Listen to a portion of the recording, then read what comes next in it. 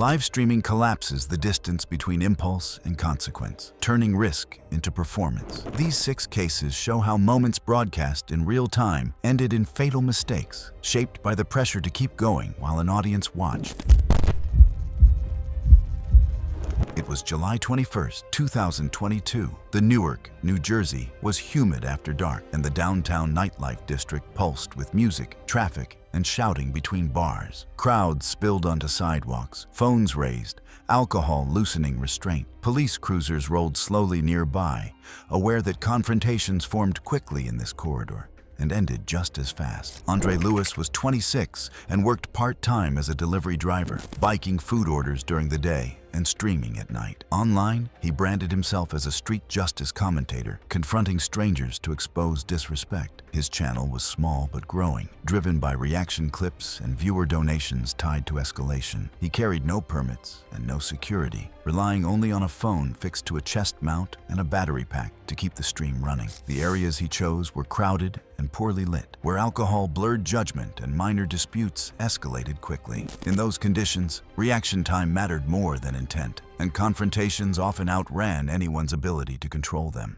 Late that night, Andre began streaming outside a crowded bar. After hearing an argument, he approached a group of men, accusing them of cutting in line and disrespecting passers-by. Chat messages urged him to back off as voices rose and people gathered. Andre moved closer, narrating loudly and insulting individuals by name based on what chat suggested. A bouncer ordered him to leave the area. Andre ignored the warning, framing the moment as proof of entitlement and corruption as bystanders turned their phones toward the scene. The space closed in quickly. Andre stepped into the group's path, blocking movement and raising his camera inches from faces. One man pushed his arm away. Andre responded with another insult, leaning forward, still streaming, unaware of movement behind him. From the edge of the group, George Martins, 29, who had been drinking, swung a glass bottle. The strike landed from the side, off camera. The phone hit the pavement and skidded, capturing blurred legs, shouting, and the sharp crack of impact. When the image steadied, Andre lay on the ground, blood spreading from the back of his head. Andre tried to push himself up, then collapsed. His body stiffened briefly in a seizure before going still. People scattered as others called for help. The stream continued as sirens grew louder in the background. Emergency medical services arrived in approximately 5 minutes. Paramedics found Andre unconscious, with labored breathing and a severe head injury. He was transported to the hospital, but lost vital signs en route and was pronounced dead shortly after arrival. The medical examiner determined the cause of death was blunt force head trauma, caused by a skull fracture and internal brain bleeding following the bottle strike and secondary impact with the pavement. The death was ruled a homicide. Security footage and witness statements identified Martins as the assailant, confirming a single blow delivered during the confrontation. Prosecutors charged him with manslaughter, citing intoxication and reckless use of a weapon. He later received a state prison sentence. The livestream circulated briefly before removal.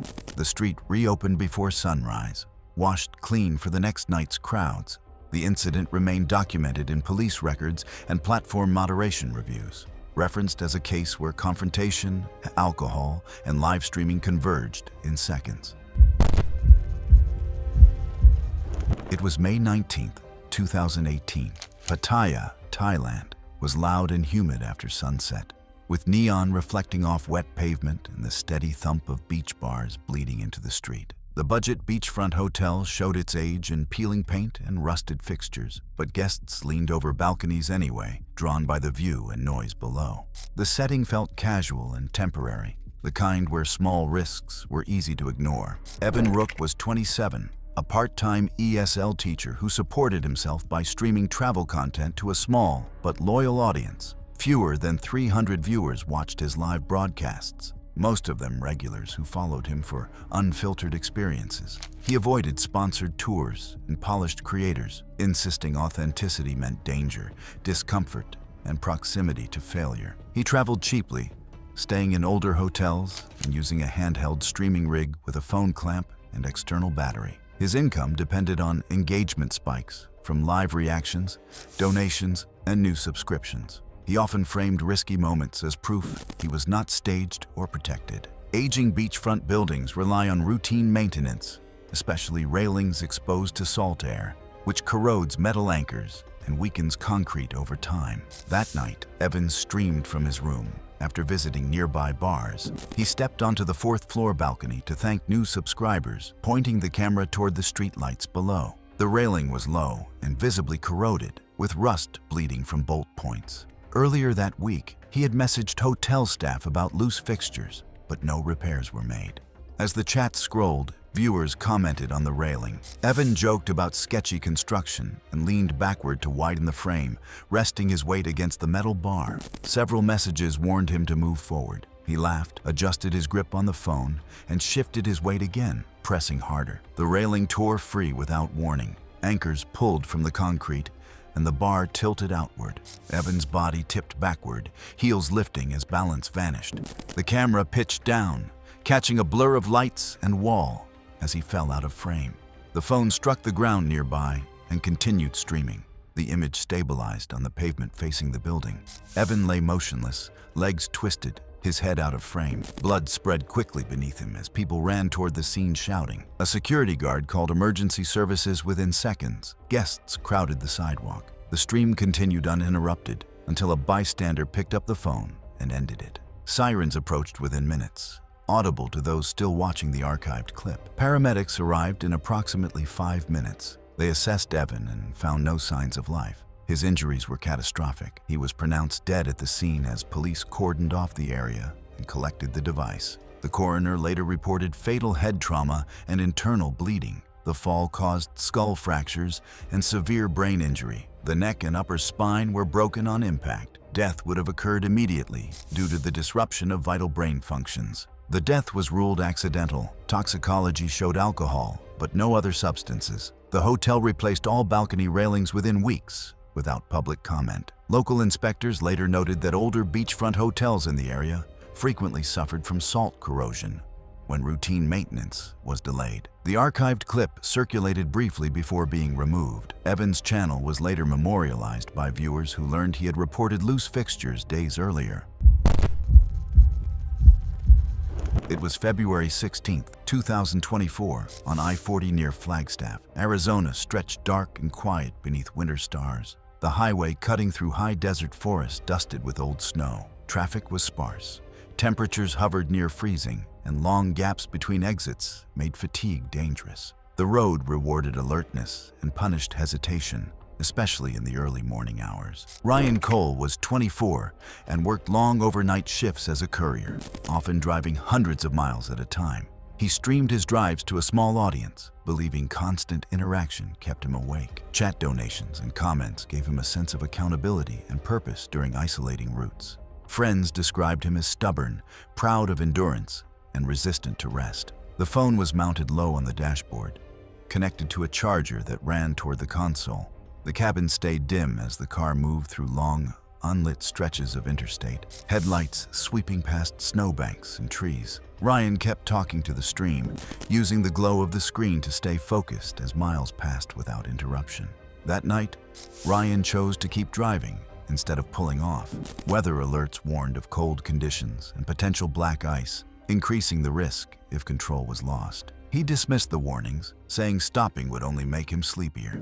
Chat urged him to open a window or stop, but he refused. As miles passed, his speech slowed and sentences trailed off. Viewers noticed his eyes blinking longer, his head dipping slightly. He laughed it off and turned up the radio. The road ahead was straight, but bordered by concrete barriers near an overpass. Ryan continued talking mid-sentence, his eyes closed fully for a brief moment. The car drifted right, tires vibrating loudly as they struck rumble strips. There was no correction. The stream captured a sudden jolt as the vehicle slammed into the barrier. Metal folded inward with a sharp, grinding sound. The phone tore free from its mount, tumbling forward as glass shattered. The audio cut abruptly. A passing driver slowed after seeing debris scattered across the lane, and a disabled car angled against the barrier. Emergency services arrived minutes later and found Ryan unresponsive, pinned by twisted metal. He was pronounced dead at the scene. The medical examiner determined the cause of death was severe chest and head trauma sustained in the collision.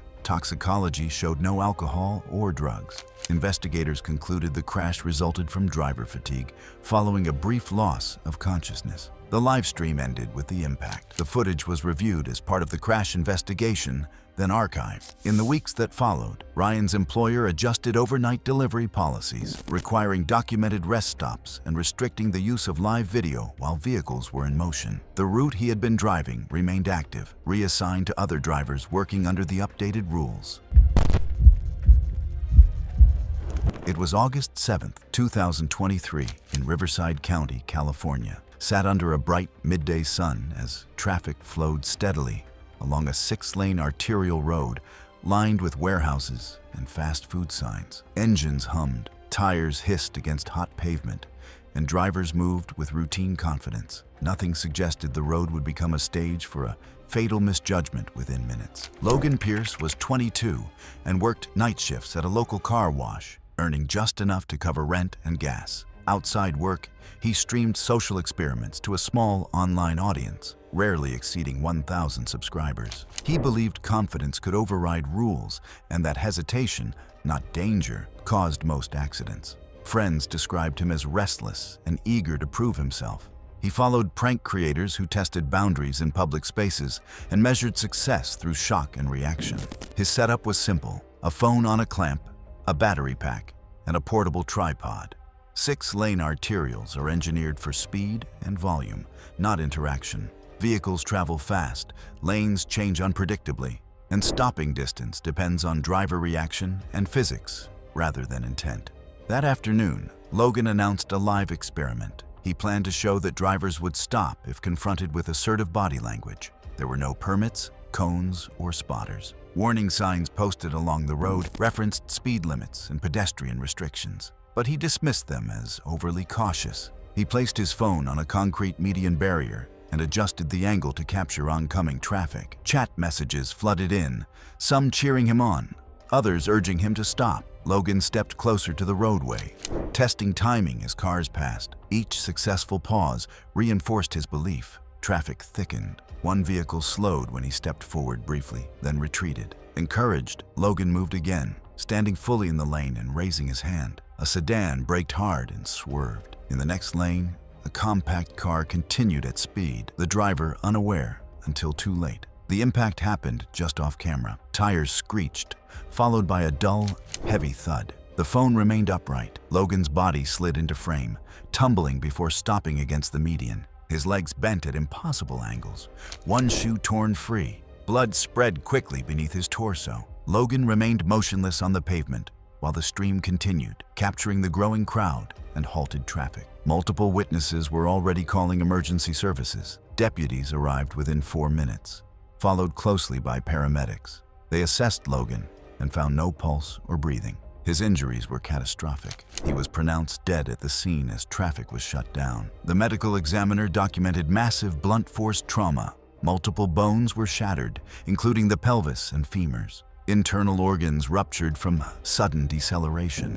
The brain suffered fatal injury on impact. Death occurred instantly due to overwhelming physical damage. The death was ruled accidental.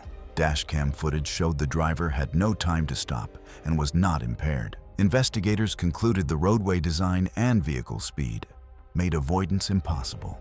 Investigators later confirmed that pedestrian access on the median violated posted roadway safety statutes already in effect along the corridor. The clip was later cited in discussions about dangerous prank content. Logan's channel was removed by the platform. The road reopened within hours, unchanged, except for faint marks where his body had come to rest. It was March 3, 2023, in Baton Rouge, Louisiana, under steady afternoon rain that fed roadside ditches and swelled bayous toward low ground. Water crept across pavement in sheets, flowing faster where the road dipped. A low-water bridge outside the city was already partially submerged, its depth markers barely visible above the surface. The usual traffic noise had thinned, replaced by the constant rush of moving water. Caleb Morris was 25, recently hired as a delivery driver and new to live streaming. He had only been broadcasting for a few weeks, mostly casual drives and short weather clips, drawing a small audience made up largely of friends and acquaintances. That day's stream wasn't planned around safety alerts or storm coverage. He had told a woman he was interested in that he would go live during the rain, hoping to look confident and unbothered by conditions that made others uneasy. His setup was simple: a phone mounted to the dashboard, connected to a power bank, streaming continuously as he drove. He had no background in storm tracking or flood behavior. He relied on instinct and the assumption that shallow water looked manageable if it didn't reach the hood. Low water bridges are especially dangerous because depth and current can increase rapidly, and even a few inches of moving water can lift tires enough to remove traction. As rain intensified, weather alerts advised motorists to avoid flooded crossings. Caleb slowed as he approached the bridge. Water was already flowing across the concrete span, spreading unevenly and carrying small debris. He hesitated at the edge, idling for several seconds. The stream showed the waterline rising slowly against the tires. Viewers warned him to turn around. He glanced back toward the road behind him, then forward again, visibly uncertain. He stayed. Leaving would have meant ending the stream early, backing away after saying he would go live through the storm. He remained parked on the bridge as runoff increased, narrating his observations, trying to appear calm. Emergency sirens sounded faintly somewhere nearby, carried by the rain. Small branches and trash began striking the underside of the car. Within minutes, the water level rose sharply. The car rocked once, then again, as the current pushed against the chassis. The tires lost grip as buoyancy increased. The vehicle slid sideways, scraping the bridge rail before being pulled into deeper, faster-moving water beyond the span. The stream jolted violently. Inside the cabin, water forced its way through door seams, soaking the floors and rising quickly. The phone captured the interior tilting as the car rotated. The engine stalled. The vehicle tipped onto its side and then inverted as the current carried it downstream. Bubbles streamed past the lens as the interior filled. The image darkened as visibility dropped. Caleb's breathing became rapid and strained, then abruptly stopped as the cabin submerged completely. The audio dulled and went silent. A nearby resident who witnessed the car slide from the bridge called emergency services immediately. Crews arrived in approximately 8 minutes, but were unable to reach the vehicle while the current remained strong. Once the water receded, divers located the car downstream and recovered Caleb from inside. The medical examiner ruled the cause of death as drowning. Water entered the lungs, preventing oxygen exchange and causing rapid loss of consciousness. Minor blunt force injuries were present, but not fatal. Toxicology showed no alcohol or drugs. The death was ruled accidental. Investigators confirmed the bridge had been properly marked and was closed shortly afterward. The stream was later referenced by local authorities in flood safety campaigns. Caleb's channel went inactive, and the bridge reopened days later with additional warning signs placed higher along the rail. It was November 12th, 2022, and Gary, Indiana, was cold and overcast. The condemned steel factory looming beside empty streets and dormant rail lines. Broken windows rattled in the wind, and warning placards clung to chain-link fencing that had been bent open repeatedly. The building stood silent, but its interior carried the constant risk of collapse that only time and neglect create. Marcus Hale was 31, recently unemployed after layoffs at a regional warehouse. He streamed urban exploration videos to a small but dedicated audience, rarely more than a few hundred viewers at a time. His identity online was built around defiance. He mocked safety culture and believed fear was manufactured by inspectors and liability lawyers rather than physics. He carried minimal gear, a headlamp, gloves, and a handheld phone rig. He followed online explorers who celebrated abandoned industrial spaces as authentic and unfiltered. Old factories deteriorate unevenly. Moisture corrodes steel supports, concrete spalls, and load-bearing elements fail without warning. Inspectors condemn buildings not for appearance, but because stress tolerances are already exceeded. That afternoon, Marcus entered the factory through a breached service door, live streaming immediately. The floor was littered with rust flakes and standing water. Chat messages warned him about structural instability and recent collapses in similar buildings. He dismissed them, insisting the warnings were exaggerated. As he moved deeper, he narrated confidently, testing beams with his foot. He approached a metal stairwell leading to an upper catwalk once used for maintenance access.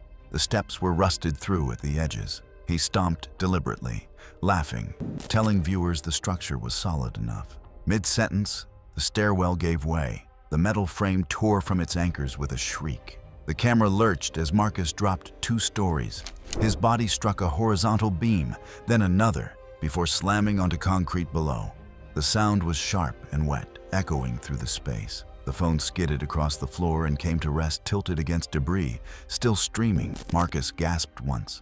A thin sound. Blood spread rapidly beneath his head, dark against gray dust. His chest failed to rise. The catwalk above sagged further as debris rained down, and the air filled with suspended grit. Viewers flooded the chat with panic. One called emergency services after identifying the location from earlier footage. The stream showed Marcus unmoving, limbs bent unnaturally, eyes partially open. No one else was visible in the frame.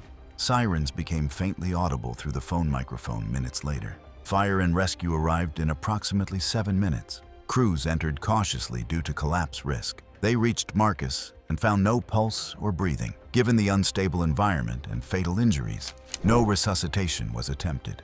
He was pronounced dead at the scene, and the building was sealed.